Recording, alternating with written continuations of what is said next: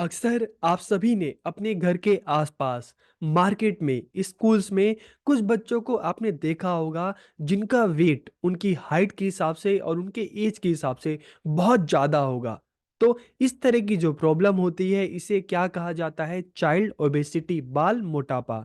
तो आज के इस वीडियो में हम चाइल्ड ओबेसिटी को जानेंगे, समझेंगे, इसके कॉजेज़ क्या-क्या होते हैं, इसके रेमेडीज़ क्या होते हैं, इस पर बात करेंगे।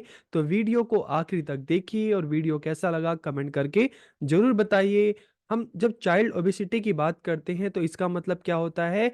Child obesity is a complex disease that can occur when your child is above a healthy weight for their age and height.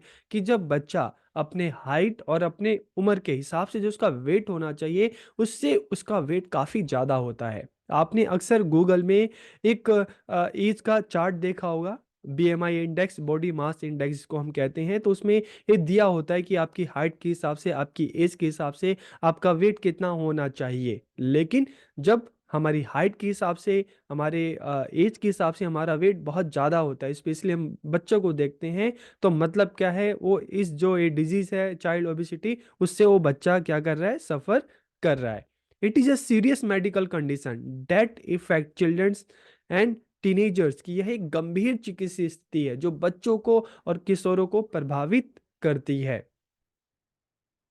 यह विशेष रूप से परेशान करने वाला है। क्यों परेशान करने वाला है? क्योंकि अतिरिक्त वजन बच्चों को स्वास्थ्य समस्याओं की राह पर ले जाता है।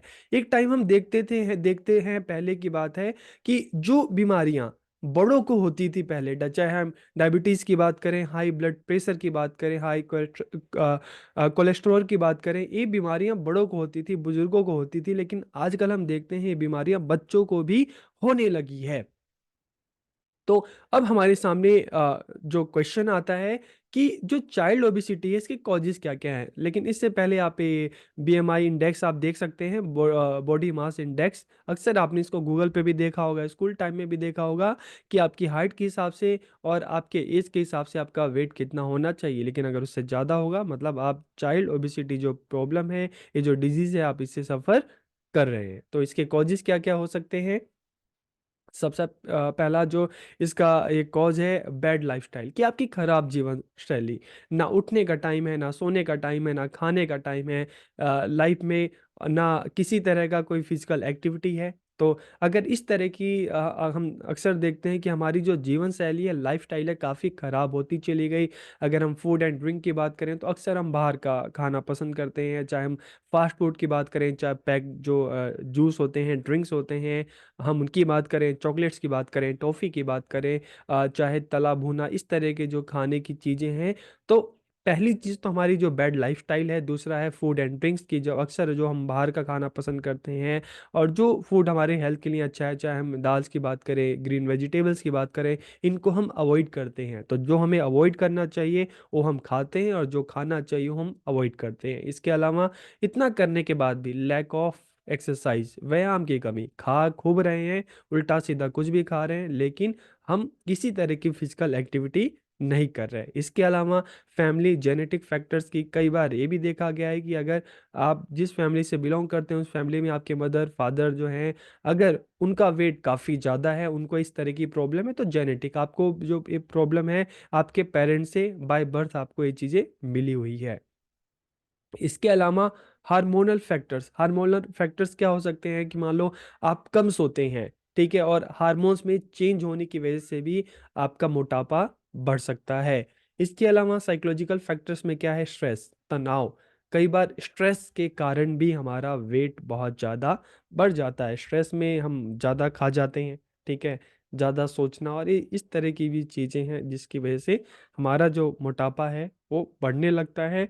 तो इसके जो कॉजेज़ हैं bad lifestyle, food and drinks, lack of exercise, genetic problem है, हार्मोनल है, ठीक है? Psychological factor, stress. तो जब आपको प्रॉब्लम पता चल गई, तो जब प्रॉब्लम पता चल गई तो सॉल्यूशन भी आपको काफ़ी हद तक पता चल गया होगा। तो रेमेडीज़ क्या है इसकी? हेल्दी लाइफ़स्टाइल, एक अच्छी अपनी लाइफ़स्टाइल बनाएँ, हेल्दी लाइफ़स्टाइल बनाएँ, सोने का टाइम, उठने का टाइम, ठीक है? खाने का टाइम, तो आपकी लाइफ़स्टाइल हेल्दी होनी चाहिए। इसके अलावा फूड हेल्दी फूड होना चाहिए और जो फ़ास्ट फूड होते हैं, जंक फूड होते हैं, उनको आप मना करो, बाय-बाय बोलो कि नहीं, इस तरह के फूड को नहीं खाना क्योंकि ये चीज़ें आपकी हेल्थ के लिए अच्छी नहीं है। डेली एक्सरसाइज़ करें आप। इसके अलावा स्पोर्ट्स एक्सरसाइज़, स्पोर्ट्स, ये 2 चीज़ें जो है आपको क्या करेंगी, आपको फिज़िकली भी फिट करेंगी, मेंटली भी फिट आप रहेंगे, किसी तरह का स्ट्रेस फ़ील नहीं रहेगा। और इसके अलावा गुड स्लीप, डेली आप 7 से 8 घंटे की जो नींद है आपके लिए ज़रूरी होती है क्योंकि कम सोने की वजह से भी जो हार्मोनल प्रॉब्लम्स हो सकती हैं, तो इसलिए हमें एक अच्छी नींद लेनी चाहिए जो हमारे शरीर के लिए, हमारे दिमाग के लिए काफ़ी अच्छा है। तो इस तरह की चीज़ें को अपनाकर आप जो ये चाइल्ड ओबेसिटी है, इससे कहीं न कहीं छुटकारा पा सकते हैं। तो आपको वीडियो कैसा लगा कमेंट करके ज़रूर बताइए। आप सबका बहुत-बहुत धन्यवाद।